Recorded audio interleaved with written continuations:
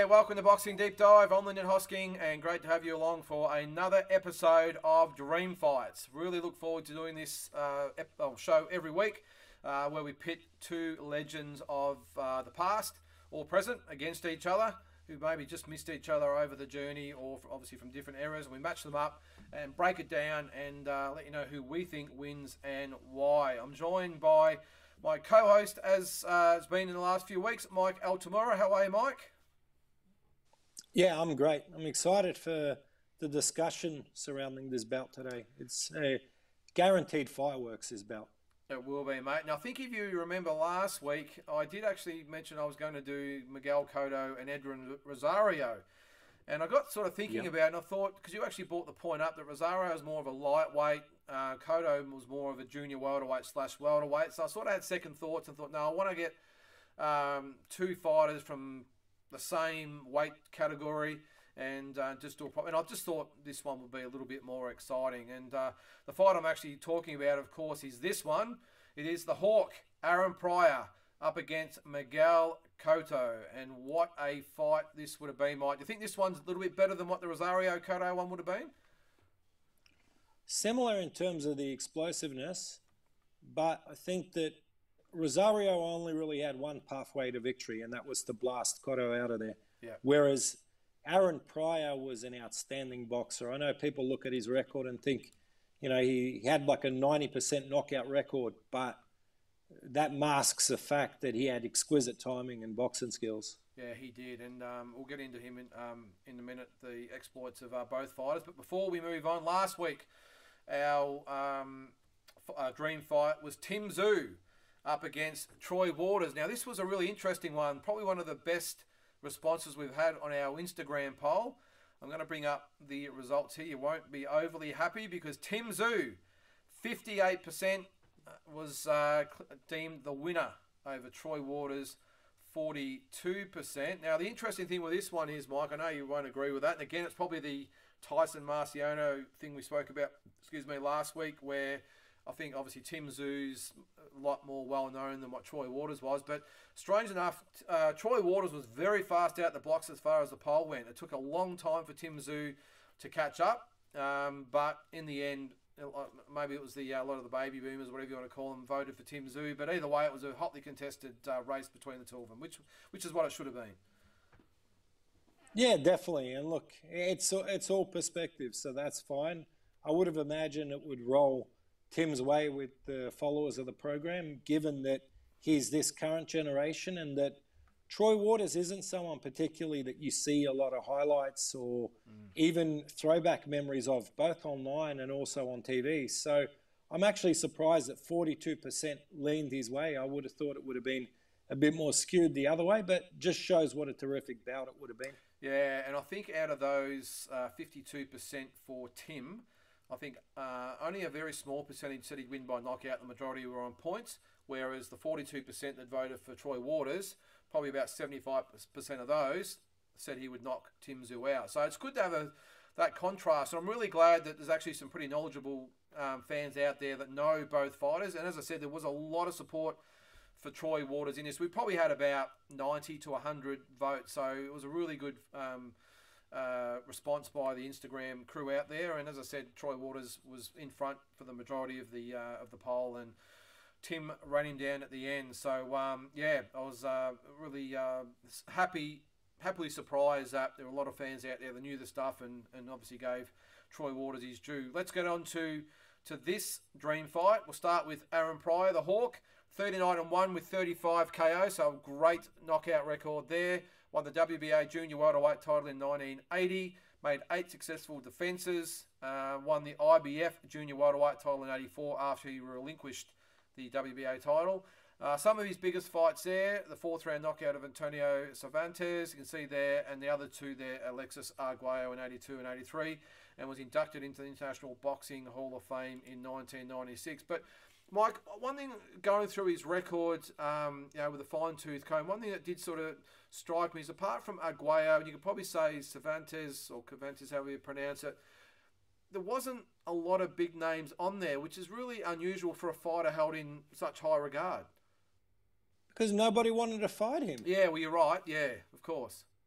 Why would Duran or Leonard, Thomas Hearns, Aaron Pryor marched through Thomas Hearns in the amateurs, Yeah. so why would Hearns, even Pepino Cuevas when he was up at welterweight as world champion, none of them wanted to fight him when he was in his prime years. Aguayo was the only one who stepped up, chasing the legacy of being a 4-weight world champion. So chasing legacy 140 pounds. Aguayo is the only one that stepped in to fight him. I do know the one guy that always said he was enthused to take the bout was Ray Boom Boom Mancini.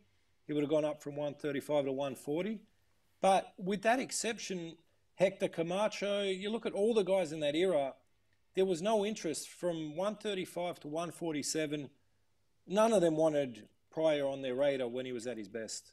Yeah, and I don't blame him because he had that style. He was so awkward, but he'd stand right in front of you, and you can see there he wouldn't really move. He'd plant his feet there, and you couldn't hit him. He just had that head movement. He had great reflexes, really good counter puncher and puncher. And is it true that at one stage he was actually, or the Leonard fight might have been agreed to, but for one reason or another it didn't happen? I can't remember the reason why. I know we covered in one of the fights we did earlier. Might have been one of Leonard's dream fights or whatever it was, but the agreement was made. Can you remember that? Might have been when Leonard had his eye problem around 81. Yeah. I think that's what it was.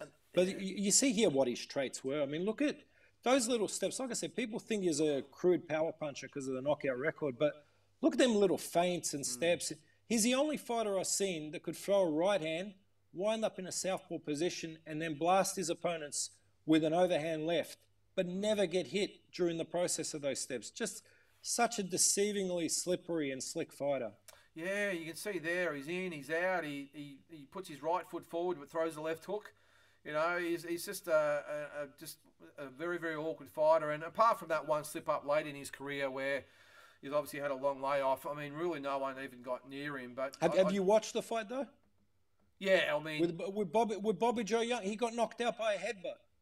Yeah. Well, I know it wasn't a good night in his career, and he was probably on his way to a loss, but he got KO'd by a headbutt and it went undetected. So yeah. Possibly didn't even lose. Either way, he looked shocking in the fight. It just didn't. It wasn't the. Yeah, look, I think, I don't think anyone's ever a winner when they fight the kind of addictions that he did with a cocaine addiction, and that was eventually that finishes even the best of them, which is a shame. It took a lot of his prime years away from him. Yeah, well, I was just going to mention that before about the cocaine thing because, as I said, that was probably his greatest opponent, wasn't he? None of his real opponents could get near him, but cocaine really just pulled probably those really good prime years away from Aaron Pryor. And obviously he passed away a few years back. Do you remember what that was? That drugs as well, or was that something else? That illness? No. He had actually cleaned his life up, so it wasn't drug related. But I think he was a trainer too, wasn't he? Just his body shutting down from years of abuse. Yeah, it's a real shame because I mean you'll even look at, like I said, there was obviously Duran, there was Hearns, there was Leonard, the big three. But I just think the Camachos, and I'm not sure. Even Chavez, he was more so early 90s, I think, wasn't he, when he moved up to junior welterweight? But geez, Chavez was still like 130 thereabouts. Yeah. But like I said, Camacho was there. Mancini was talked about as going up in weight.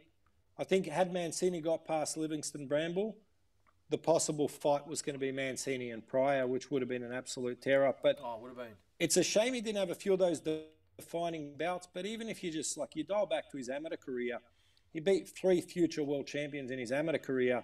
In Gary Hinton, he beat Hilmer Kenty on 3 occasions. And like I said, 1976 US National Golden Gloves, he demolished Thomas Hearns, knocked down Hearns and marched through him for 3 rounds. So you can see his quality dating back there. And I think he's one of those fighters that the real hardcore fans know him and appreciate him. But a lot of the general fans never had visibility to actually watch him, and that's a shame. Yeah, and if you are someone that's not really familiar out there with Aaron Pryor, make sure you look up, especially the fights with Aguayo, of course. So that first one was one of the best fights you'll ever see. And we mentioned that he could obviously hand the punches out, but I remember that first Aguayo fight when he took the right hand straight down the middle. He could obviously take a punch as well because that was an unbelievable shot. So check him out on YouTube. There's a few fights on there because he's truly one of the greats who just never really got the, I don't think, the respect and that. Obviously, he's in the Hall of Fame, but I just think for the casual fans out there, he just never really was accepted, was he? No, and like I was saying, the one thing, even amongst hardcore boxing fans, because maybe they've just watched a few of those knockout victories over Aguayo and the like, what they seem to overlook is just how well conditioned he was. Yeah. He didn't get tired in fights. Not in his prime anyways. Like, he just kept coming on stronger and stronger like a freight train. And like I said, yeah, he got tagged. Any guy that has a 90% knockout record, he's going to get tagged with shots because usually they're hunting you down. But the thing is with Pryor, he was just so smart defensively. I mean, that footwork is just extraordinary. He did things in the ring that you can't teach. It's all instinctive and it's all natural. Yeah, no, exactly, mate. Well, let's get on to his opponent, and it is Puerto Rico's Miguel Cotto, 41-6, 33 KOs. You can see his world titles there range from junior welterweight up to junior middleweight over the 13-year journey. You can see I've just put a few of his biggest wins up there: Paulie Malignaggi, Carlos Quintana, Zab Judah, Shane Mosley, Antonio Margarito, and Sergio Martinez. And of course, he was also inducted into the International Boxing Hall of Fame this year in 2022. And what are your thoughts on Miguel Cotto, mate? In his standing in history. One of the greatest ever out of Puerto Rico. I think definitely top three greatest fighters out of Puerto Rico. He's a guy that he signed with Top Rank out of the 2000 Olympics, and there was a massive buzz. But I remember at the time out of the Olympics, there was a huge buzz on two fighters around the same weight class. It was Cotto from Puerto Rico and Francisco Bajardo from Mexico. And a lot of people forget this, but I think it was about after his 8th bout, Cotto had a car crash. So crashed into the wall, had a lengthy layoff. And a lot of people were worried how that was going to affect him, but it didn't at all. He just kept growing and growing and growing and developed into a great champion. And he's a guy that, what I respect about Cotto is, as he got a little bit older and needed to become smarter, shifted up in weight, he adjusted his style. He became more defensively sound, less offensive-minded, a bit more defensively responsible. And to me, he was, in the end, quite an overachiever. To go up and win a world title at middleweight, knowing that he wasn't a big welterweight as it was, it's just incredible. Yeah, I'm not sure. I'll check that in a second. I might have put it as a junior middleweight, but it was obviously middleweight. I think it was his. It might have been on there, but yeah, the thing I sort of found with Cotto was that, I loved him early in his career, but there was that fear after the Margarito fight that really could damage him. Of course, we all know that Margarito had the hand wraps that were dodgy. You can see there the win over Shane Mosley, which was an awesome fight as well. But there was that fear, as I said, that his career might be in a bit of jeopardy after that, but he came back and just went from strength to strength. Yeah, absolutely. I mean, here he is beating up Paulie Malignaggi in what was, again, a terrific scrap. The thing is with Cotto, like, he found ways against so many different fighters. He's Zab Judah. He was getting lit up in round 1 of that fight. Found his way, kept plodding it along, found his openings. Cotto, to me as well, what really is underappreciated is just how smart he fought Floyd Mayweather. I mean, he pushed Floyd Mayweather to a 7-5, 8-4, but it was a tight kind of contest through basically just high guarding and drawing out Floyd to take the lead. He gave Floyd nothing to work off of and then started pressing him as the fight moved on. And it just, like I said, just showed some glimpses of his versatility as a fighter that evolved over time. Yeah, he did. And again, I was at that fight with Mayweather, and you're right. I think that he's probably one of the fighters, apart from like a Castillo or one of those types of guys, who I don't think he won the fight against Mayweather, but really probably gave Mayweather probably, the top 3 fights of his career.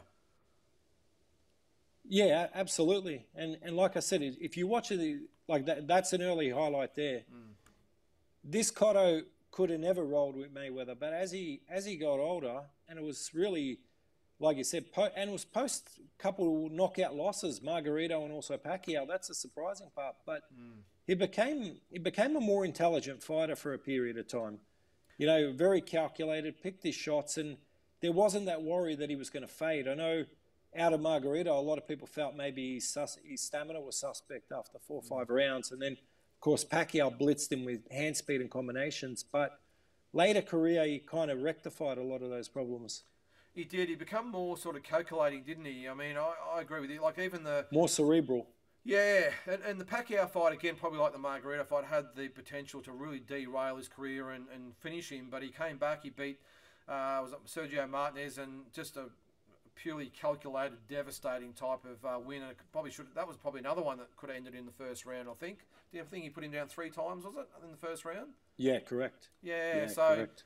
Yeah, so just as like I agree, he become more clinical as the career went on. I suppose he had to going up in weight. You can't be probably that reckless when you're going up against some big boys, especially guys like Martinez and Canelo Alvarez as well. So, but yeah, he definitely didn't get signed and where he was on his sense of humour, his personality though, mate, because he's not the most outgoing guy, is he? No, I remember seeing a meme passed around quite a few years ago where it had Miguel Cotto sad, happy, Yeah. celebratory, disgruntled, and it was the same photo of Yeah. him in all the graphics. And that's the thing, he's pretty poker faced in life, very, very balanced, very monotone. But that's probably, that character trait is probably what's given him longevity as a fighter too. Yeah, I think so. And, you know, I've seen him a couple of times. I saw him in Vegas once in the foyer of the hotel when he was, I can't remember what fight it was, but that look you were talking about, that stoic look, he has that just walking around in normal life as well. It was crazy. And I took a photo with him, and it was that same look again. Saw him at the Hall of Fame last month. It was that same look again. He almost seems like he's not comfortable with the adulation that he gets. You know, it's like it's very awkward for him, and he just doesn't. Just don't think he feels comfortable with the limelight on him. But unfortunately, when you've done what he's done, you've got to cop it, and you've got to wear the adulation that people are going to heap on you. Yeah, look, you don't get paid $6 million to fight Floyd Mayweather to never greet a fan throughout your lifetime. You know, Yeah. the reason, I know fame's a double-edged sword, but I think you're right. I think Cotto's a guy that excelled because he's a great fighter, and that was his focus. His focus was never on becoming a celebrity or anything like that. That was a byproduct of being a great fighter, but he would wish that there was never that celebrity status cast upon him. Yeah, no, you get that feeling. But look, all that aside, just a great fighter, and well deserving to go in the Hall of Fame this year, of course, as well. So, mate, we've come to that time in the episode where we need a pick. Who wins and why? Well, I mean, what played a part in looking at this particular fight was just the weight. So if it's at 140, I think it's a relatively one-sided bout to pick. Okay. But even if we're looking at 147, I think that there's enough intel there to suggest what I think my pick will be. And I just see, like I said it's been an explosive fight. Think that Cotto's got the jab, and them digging hooks to the body and head could negate and make Pryor somewhat cautious early. What I struggle to see on the flip side is once Pryor works into his rhythm and starts to really find his range and get comfortable and confident in the fight, does Cotto have the work rate to adjust and go with him? The Cotto that we saw against Ricardo Torres that was knocked down at 140, the Cotto that we've seen against Margarito fade after 5-6 rounds, the one that could get hit with fast combinations by Zab Judah, those kind of fights. I just think that prime Aaron Pryor, and this is how we've got to match him, which is prime for prime. Yep. Cotto's got better results and statistics on his record, but prime for prime, it's hard almost to pick anyone in history over Aaron Pryor at 140. Such was he a dominant force and a dominant fighter. I mean, he marched through Cervantes, who was arguably the greatest 140-pounder of all time to that point. And he did that as a young man. And then, of course, the two victories over Guayo, I think that's enough intel to know how potentially great he was. I think, though, even at 140, just his work rate would be concerning for Cotto. And I see Pryor eventually just building and scoring a stoppage, probably around round 7 or 8. Okay, so that's definitive. Okay, yeah, well, I do agree with all the points you made. I think that Pryor, especially if it's at 140, and that's what we're going to match these guys up at 140. I think Cotto again. I just don't think he would be fast enough with his hands or on his feet to really trouble Aaron Pryor. Again, they always say styles make fights, but one thing that we saw in the highlights with Aaron Pryor, He's not going to stand in front of you stationary and let you rip and hook to the body. He's just not going to let you do it. He's going to be in, he's going to be out, he's going to be to the left, he's going to be to the right, he's going to lead with the right, he's going to lead with the left. He's just that type of fighter. I just don't think COTTO has the dimensions to be able to adjust with him. And like you said, the pace of the fight, I think, would be an issue for COTTO as well. Did struggle in a lot of his fights late when the pace was right up. We've got to mention, obviously, Margarito, especially with Pacquiao as well. So I'm with you, mate. I think that Aaron Pryor, the first few rounds might be nice and close. COTTO, I think, would give him more than a run. But I think as the rounds went on, when both fighters got their range and timing and distance and that sort of thing, I just think Pryor had a lot more to offer, and I think his angles and his sharp punching and volume of punches would catch up with Miguel Cotto, and I'm probably thinking maybe a 10th or 11th round stoppage for Aaron Pryor. So, but either way, I mean, it'd be an awesome fight. It's just, again, one of those instances where styles make fights. Yeah, absolutely, and I think that, like you said with Cotto, there's enough within his career to see that, guys with fast feet and slippery skills and knowing how to step and create angles could give him trouble. I mean, Austin Trout gave him all kinds of trouble. Yeah. Of course, like we're saying, Zab Judah was landing everything early in that bout. And Pacquiao, I think, is the greatest example. Like I was saying, a lot of the steps that Aaron Pryor makes would work against Cotto. That high guard, but it's weird. He'd hold his right hand in, so he'd hold his right hand like there. I just think those little steps that Pryor would take to get inside and throw that overhand left, I just could see him getting around Cotto's guard enough to gradually break him down. Yeah, no, I agree, mate. Well, it'll be interesting to see what everyone else out there thinks. Before you make your judgment, make sure you check out both fighters on YouTube, but especially Aaron Pryor. If you're not familiar with him, check out the highlights on YouTube. There's some fights on there, especially the Arguello fight, of course, which is one of the best fights ever.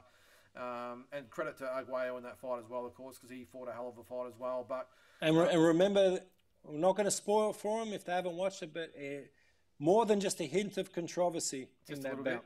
Just a little bit too. But look, yeah, just all great fighters. But yeah, so that was Pryor Cotto. We've probably agreed for probably the first time, I think, Mike. We've both gone for Aaron Pryor, which is good. We might have the other guys back at some stage as well to throw their comments in there as well. But I think we agreed with Jeff Fennick smashing Barry McGuigan. We did. I think we all agreed on that. I think we all agreed what a poor choice of fights. Hey, yeah, good on paper. Tazzy still derided me about it. Look, hey, on paper, that was actually a pretty good fight, I think, Fennick and McGuigan. I know talking to Jeff about it, he just couldn't stop laughing about the fact that we matched them together because he reckons he would have destroyed McGuigan. But, hey, back in the day, Barry was, along with Azuma Nelson, the top two featherweights in the world. So, who knows what could have happened. Barry had one win. His win over Pedroza was up there with any win on Fennick's record. So that's what made it an interesting matchup. But again, like we're saying in this conversation today, styles make fights. And that was made to be an unbelievable spectacle, but it's just hard to see anybody other than Jeffrey Fennick coming out the winner of that bout. Yeah, exactly. It would have been the same. So, all right, mate. Well, thanks again for coming on the episode. Hopefully we've got Tazzy back next week. Mate, as I said, I think we've got you for a few more weeks, so we'll get some more your choice. I think we might go with Tazzy next week. I don't think he's had one for a while, and we'll get you the week after. So have a think about it with the classic fights and dream fights. Out there, guys, make sure you check the back catalogue. There's a hell of a lot of dream fights on there. If you've got any suggestions that you want to throw at us, let us know. Always up for that, and we'll do our best to accommodate you. So look out for this, of course, on the poll as well, and get your vote in. So again, Mike, thanks for that, mate. Hope you have a good one, and we'll see you next week. Yeah, thank you. Thanks, mate.